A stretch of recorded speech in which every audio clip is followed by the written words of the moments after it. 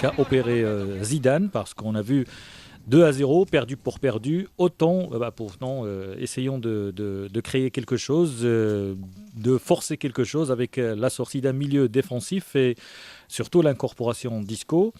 Et puis peut-être aussi l'arbitrage, parce que les supporters et l'entraîneur de Villarreal ne sont pas contents. Qu'est-ce qu'on peut dire de cette victoire, Fred? Déjà, il y a de quoi s'inquiéter un petit peu, parce que les personnes positives qui voient le verre à moitié plein diront que le Real a fait une belle remontada. Les personnes plus négatives, comme Simone Rovera, diront que 2 fois cette semaine, le Real a été mené 2-0, exactement le score dont ont besoin les Napolitains dans 10 jours, même pas 10 jours, enfin 9 jours à Naples en Ligue des Champions, après la victoire 3-1 les Napolitains du Real. ont perdu les Napolitains le week-end dernier, chez eux en plus.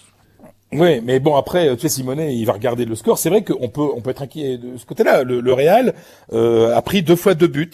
2 fois 2-0, a été mené 2 fois 2-0 cette semaine à Valence mercredi, hier soir à Villarreal. Et puis c'est vrai que le penalty est involontaire, c'est-à-dire que la balle rebondit sur la main de Bruno, le capitaine de l'équipe de Villarreal. Il ne devrait pas y avoir penalty. L'arbitre se trompe. Là, on en a beaucoup moins parlé. C'est encore mais il y a Manzano, celui qui avait... Oui, mais il est mauvais, de toute façon, ça on sait. Mais que l'arbitrage en Espagne soit mauvais, ça on le sait.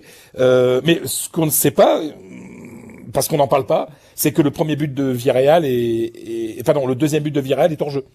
Voilà, donc de pas grand-chose, mais il est hors jeu. Donc voilà, il y a eu des erreurs, mais il est évident que l'erreur la plus énorme, c'est ce penalty, et qui est décisif, parce que c'est le penalty qui permet au Real Madrid, parce qu'il faut le mettre aussi, grâce à Cristiano, comme tu viens de le dire, qui a battu le record de Hugo Sanchez.